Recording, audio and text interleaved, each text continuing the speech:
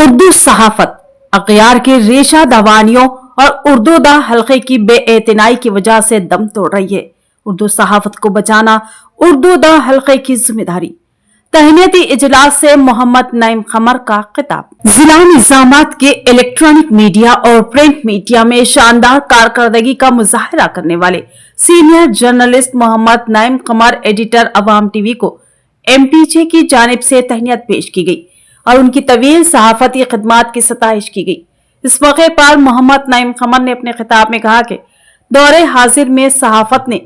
زرد کفن اوڑھ لیا اور سرمایہ دار گھرانوں اور حکومتی ایوانوں کی رکھیل بن چکی ہے، مگر ایسے مایوس کن دور میں بھی بعض بے باک صحافی میڈیا اور سوشل میڈیا میں صحافتی اقدار کی شمع کو روشن رکھے ہوئے ہیں۔ ان جیالوں کی وجہ سے ہی آج صحافت پھر بھی غنیمت ہے۔ دور حاضر میں بہت حد تک اردو میڈیا بھی صحافتی حق کو ادا کر رہا ہے، مگر اس مایوس کن دور میں اردو صحافت سے جڑا رہنا بھی اس جرات مندانہ عمل ہے، کیونکہ اردو صحافیوں کو کوئی مالی فائدہ یا بھاری تنخواہیں نہیں ملتی۔ ایسے ہی حالات رہے تو جلد ہی اردو صحافت دم توڑ دے گی، لہٰذا اردو دا طبقے کو اس کی فکر کرنی ہوگی اور اردو صحافت کو بچانا ہوگا۔ انہوں نے اردو صحافت سے جڑے نوجوانوں جیالے صحافیوں کی ستائش و حوصلہ افزائی کی۔ سب سے پہلے MTJ کو میں دلی سے تشکر کرنا چاہتا ہوں ان سے کہ جو مجھے بلایا گیا اور تہنیت دی گئی اور اس قابل سمجھا گیا کہ جس میں کچھ کہوں۔ صحافت کے بارے میں بات کرنے کے لیے کہا گیا کہ صحافت دور حاضر میں سمجھتا ہوں کہ مردہ ہوتی جا رہی ہے۔ صحافت کا جو اقدار تو معیار ہونا چاہیے، جیسا کہ ابھی انور خان صاحب نے یہ بات کہی تھی کہ صحافت ڈوبتے جا رہی ہے، ڈگتے جا رہی ہے، لیکن اس دور میں بھی ہمارے کچھ صحافی ایسے ہیں جو بے محنت کر رہے ہیں اور ان کے پاس کوئی مفادات نہیں ہے۔ جیسا کہ میرے پاس یہاں پر ایک نوجوان بیٹھے ہوئے ہیں، میں برملا ان کی تعریف کرنا چاہتا ہوں، عمران جرنلسٹ کی، یہ جو دن رات محنت میں لگے ہوئے کچھ اچھی سے اچھی نیوز سے لوگوں تک پہنچاؤں۔ ہم کو نیوز نظر آ رہی ہے، لیکن نیوز کے پیچھے جو محنت لگی ہوئی ہے، جو وقت لگا ہوا ہے، جو جدوجہد لگی ہوئی ہے، وہ ہم کو نظر نہیں آ رہی۔ اور اردو کی جو صحافت ہے، میں اس کے تعلق سے بات کہہ دینا چاہتا ہوں، اردو دور حاضر میں نہیں بلکہ ہر دور میں بیوہ کی طرح رہی ہے،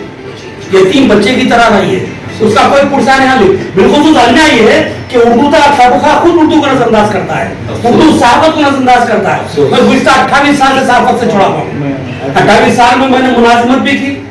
اور گزشتہ 12 سال سے میں اپنا چینل چلا رہا ہوں عوام ٹی وی۔ یہ عوام ٹی وی کا جو چینل ہے ملک سے مکمل بلٹن آتا ہے اور اس بلٹن کو تیار کرنے کے لیے کیا اخراجات ہوتے ہیں، کیا مسائل، کیا مشکلات کا سامنا کرنا پڑتا ہے، اس سے کسی کو کوئی مطلب نہیں ہوتا۔ تنقید کے لیے جو 100 زبان ہو جاتی ہے، تنقید کی جاتی ہے کہ فلاں چیز معیاری نہیں تھی، فلاں چیز نہیں تھی، لیکن اس کے پیچھے جو محنت لگتی ہے، دن بھر کی محنت لگاتا ہے، جیسا کہ آپ نے کہا کہ رسک لینا ہے،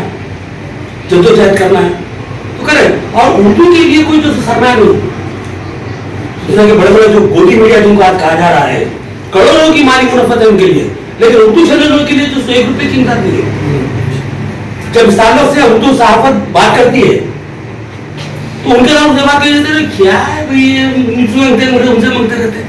کیونکہ اس کے بیوی بچے نہیں ہیں، اس کا گھردار نہیں ہے، اس کے اخراجات نہیں ہے،